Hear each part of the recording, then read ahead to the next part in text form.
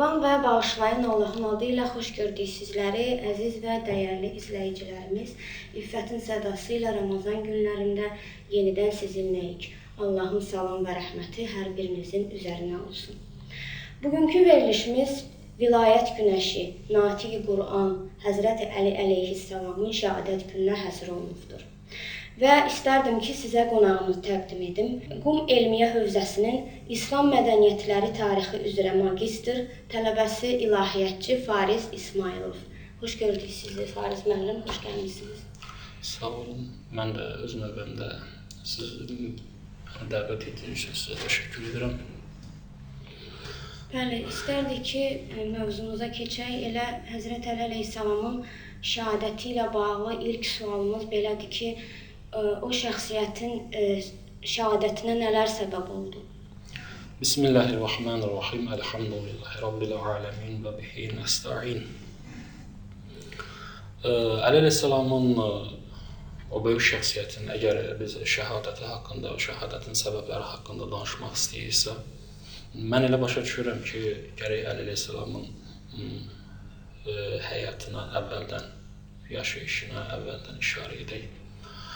Bilirsiniz ki, Əli əleyhissalam elə bir şəxsiyyətdir ki, onun şəxsiyyəti əvvəldən axıra kimi, demək olar ki,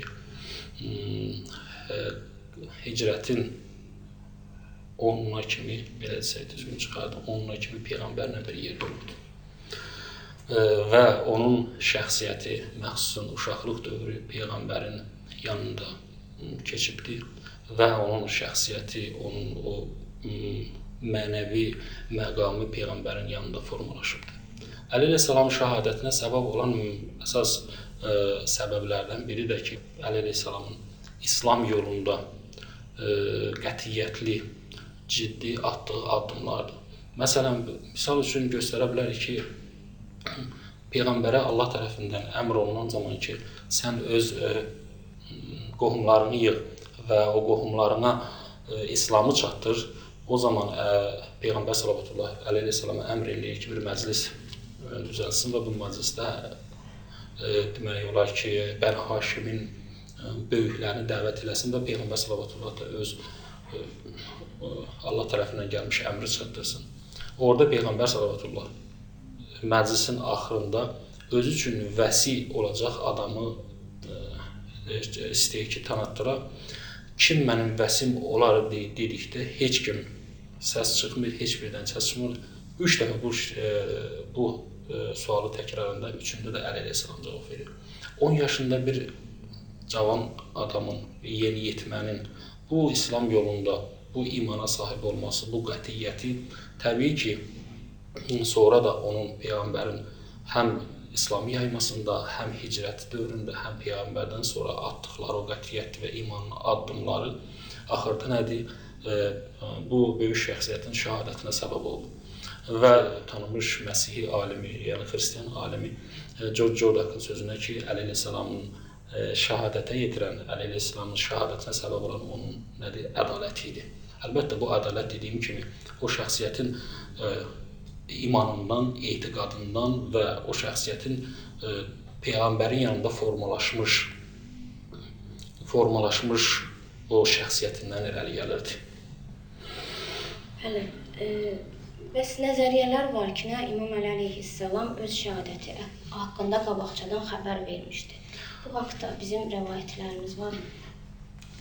Bəli, mənbələrdə, məxsusən də ki, bizim şiə mənbələrində Biharul Anbardır və eyni zamanda başqa tanınmış kitablarda Muntəhəməl Amaldır.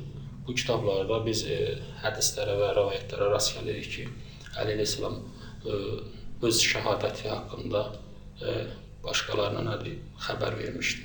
Ondan, məsələn, nümunə olaraq bir neçə rəvayətə və bir neçə hədisə işarə etmək olar.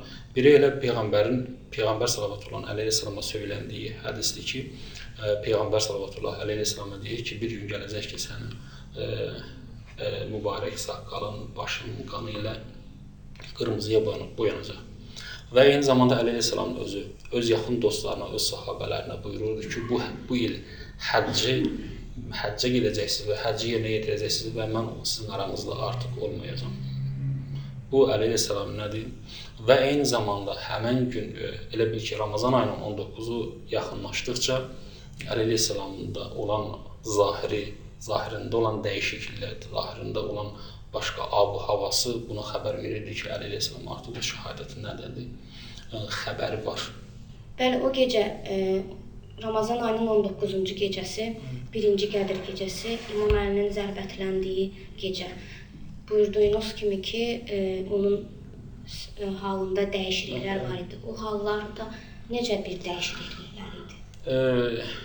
Tarixdə yenə dediyim kimi, işarə etdiyim kimi hədis kitablarında Əli əleyhissalamın zahirin qeyri-adi hal haqqında çoxlu yazılar var. Amma mən istərdim burada bir ikisinə işarə edeyim. Bundan ibarət idi ki, həmin gün, həmin gecə Həzrət Əli əleyhissalam elə bir iftarını kiçik qızı Ümmü Gülsümün evində edir. Ümmü Gülsüm süfranın üstünə həm süd qoyur, həm duz qoyur və 2 dənə də arpa çörəyi qoyur və Həzrət Əli əleyhissalam Həzrət Gülsümə etiraz olaraq bildirir ki, nə vaxta qədər görmüsən ki, sənin atan 2 dənə yeməklə iftar etsin və Həzrət Gülsümdən tələb edir ki, onu yeməyin birini götürsün və məxsusunda südü götürsün və Əli əleyhissalam orada iftarı nə ilə eləyir? Duzla eləyir və orada tarixdə var ki, 3 loxmadan artıq yemir və səbəbini soruşanda ki, Həzrət Gülsüm, sən məgər bugün oruç deyildinmi, niyə az yedin? Əli əleyhissalam orada bir dənə çox ürək tərpədən, ürək titrədən bir cavab verir ki, mən istəmirəm ki, tok qarınla qəbrimə qovuşum. Bu, bunun nişanəsi idi ki, Həzrət Əli əleyhissalam bilirdi ki, həmin gecə nədir? İbn-i Mülcəm tərəfindən nədir? Mübarək başına zərbə yeyəcək, alacaq. İkinci bir məsələ bu idi ki, Əli əleyhissalamın tez-tez, fasiləsiz olaraq evdən eşə çıxıb göyə baxması, səmaya baxması və səmanı seyr eləməsi və evə girməsi və bu sözləri təkrar eləməsi ki, and olsun Allaha, bu gecə həmən vəd olunmuş gecədir.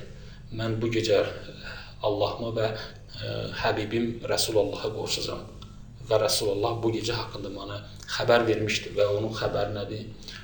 Yalan deyil, düzgündür. Və eyni zamanda evdən çıxan zaman orada həyatda baş verən, yəni tarixdə gəlib ki, məsələn, həyatda saxladığı həyat elə bil ki, quşlar burada, qaz və ördək nəzərdə tutulur. Yəni tarix əsasən belə yazılır və onların Əli əleyhissalama mane olması, Əli əleyhissalamın bağladığı kəmərin qapının cəftəsinə ilişməsi, İmam Həsən əleyhissalamın gəlməsi, həmən evdən çıxmamışdan qabaq Əli əleyhissalamın görüşünə, Əli əleyhissalamın ona söylədiyi ki, mən bir anlıq yuxuya getdim və yuxuda Peyğəmbəri gördüm və Peyğəmbərdən istədim ki, mən şəhid olam. Çünki artıq bu ümmətin əlindən bezmişəm və mən arzu edirəm ki, Allah məni bu ümmətin əlindən alsın və yerimi elə bir adamla doldursun ki, həmişə bu ümmətə zülm eləsin. Bu dəlillər, bu rəvayətlər, bu tarixi dəlillər göstərir ki, bəli, o gecə artıq Əli əleyhissalam doğrudan da şəhid olmağını bilirdi və onda artıq qeyri-adi hallar baş vermişdi. Onun zahirində elə bil ki, həməşəkindən fərqli olan hallar var idi. Bəli, bildiyimiz kimi zərbətləndiyindən şəhadət gününə kimi bir neçə gün fasilə oldu və İmam Əli əleyhissalam yataqda xəstə yatdı və istərdik ki, o günlərdə onu ziyarət edən şəxsiyyətlər haqqında biraz məlumat verəsiniz bizə və belə bir böyük şəxsiyyətin, yəni İmam Əli əleyhissalam, canlı Quran, Peyğəmbərimizin elm qapısı çox maraqlıdır. Həzrət Əli əleyhissalam həyatının son günlərində ümmətinə nələr söylədi, tövsiyələri nələr oldu? Bildiyimiz kimi, təqribən Əli əleyhissalamın şəmşirlə zərbətləndiyi gündən şəhadətinə kimi təqribən 2 gün fasilə var. Bu müddətdə Əli əleyhissalam öz yatağında idi və fasiləsiz olaraq Əli əleyhissalamın ziyarətçiləri var idi. Həm böyük şəxsiyyətlərdən, həm səhabələr tərəfindən, həm də ki, eyni zamanda öz evlatları Əli əleyhissalam müntəzəm olaraq ziyarət edirlər. O böyük şəxsiyyətlərdən çox mühüm olanı ki, Əli əleyhissalamın sadiq yavərlərindən, Əli əleyhissalamın həmişə köməkçilərindən və Əli əleyhissalam fədailərinin rəisi sərkərdəsi olmuş Əsbəq ibn Nabatəni misal gətirmək olar və Peyğəmbərin tanınmış sahabəsini Səsəni misal gətirmək olar və eyni zamanda da ki, tarixdə çoxdur, başqa sahabələri misal gətirmək olar və eyni zamanda dediyim kimi, qeyd etdiyim kimi Əli əleyhissalamın həm qız övladlarının tərəfindən müntəzəm olaraq ziyarət olunması, həm də ki, oğlan övladlarının tərəfindən ziyarət olunması, yəni bu tarixdə qeyd olunmuşdur. Amma qaldı ki, Əli əleyhissalam şəhadət əyağında, yəni öz yatağında hansı tövsiyələri ümmətə çatdırmışdır?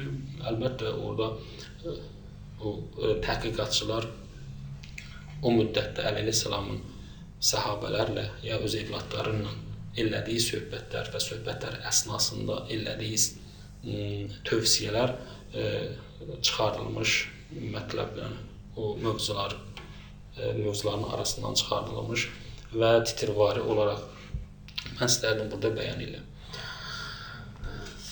Əli əleyhissalamın demək olar ki, 30-a yaxın tövsiyələrini təhqiqatçılar mövzuların arasından çıxartmışdır. Mən istərdim ki, burada təqribən 10-a yaxın işarə edeyim ki, onlar çox mühümdür bugün.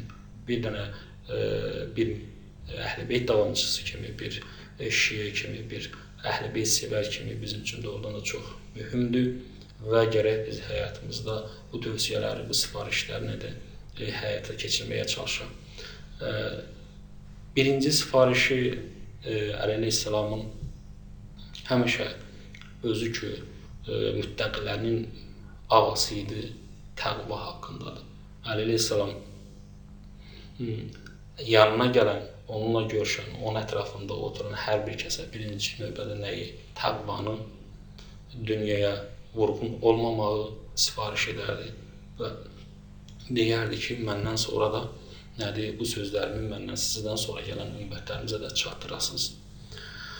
Və ikinci tövsiyələrindən biri bundan ibarət idi ki, həmişə bir şey ki görürsünüz, yəni Allaha xatir görün. Bir şey görürsünüzsə da orada sizin niyyətiniz xalis olsun və bir şey görürsünüzsə da həmişə, necə deyərlər, qəlbinizdən məsələn həmişə Allah niyyət edin və o işin də ki, məlumdur ki, həmişə bərəkət olar. Üçüncü tövsiyə bundan ibarət idi ki, Əli əleyhissalam sifariş edər. Necə ki, özü ki, həmişə Əli əleyhissalam həyatının bütün mərhələlərində bunu müşahidə etmək mümkündür. Məzlumların dostu, düşmənlərin düşməni. Ki, Əli əleyhissalam özündən sonra sifariş edir ki, öz evladlarına. Çünki əksər vaxt, məsələn, çox vaxt onun ətrafında olan öz evladları idi. Övladlarına sifariş edir ki, siz həmişə məzlumun yanında durun və məzlumun haqqını tapdalamağa qoymayın və zalimdən çalışın, zalimin qarşısında olun, zalimlə mübarizə aparın, zülmlə mübarizə aparın və zalimdən məzlumun haqqını tələb edin. Bu ki, məsələn, aydındır Kərbalada bunun bariz olmasını görürük. Qaldı ki, Həzrət Əli əleyhissalamın başqa tövsiyələrində bir də budur ki, Quran. Ki, həmişə Quran oxuyun, Quranla dost olun, Quranla sizin aranızda bir dənə dostluq, bir bağ, qırılmaz bağ yaransın və sizin əməlləriniz çalışın ki, həmişə Qurana uyğun olsun və Quranı elə belə sadəcə olaraq oxuyub üzündən keçməyin və ona da diqqətlə, dəqiq əməl eləməyə çalışın. Və eyni zamanda da ki, namaz qılmağa, namaza diqqətli olmağa, namazda niyyətin paklığına, namazın məsələn rükûsuna, namazın səcdəsinə o diqqətli olmağa çağırır. Eyni zamanda eyni zamanda nədir? Oruç tutmağa çox sifariş edir. Çünki bildiyiniz kimi Əli əleyhissalamın özü demək olar ki, ömrü boyu məsələn həmişə nədir? Oruçda olardı və həmişə də ki, məsələn, necə həmişə də ki, ac qarnına yatardı və həmişədəki öz yeməyini, öz rozisini yetimlərə, kimsəsizlərə, acılara paylayardı. Bu əleyhissalamın sifarişlərindən bir neçəsi idi ki, biz işarə etdik. Yəni, çox sağ olun, Allah razı olsun. Qısa bir vaxtda İmam Əli Əleyhisselamın şəhadəti ilə bağlı bir şeylər çatdırmağa çalışdıq tamaşaçılarımıza. İnşallah ki, hər birimizə faydalı olar. Sizə də çox sağ ol deyirik, dəvətimizi qəbul edib verilişə gəldiyiniz üçün. Mən də öz növbəmdə yenə də təşəkkür edirəm və yenə də ki, başda imam zaman olmaqla bütün müsəlman aləminə bu şəhadəti təsliyyət ərz edirəm. Çox sağ olun. Bəli, əziz tamaşaçılar, bugünkü verilişimizdən də bu qədər.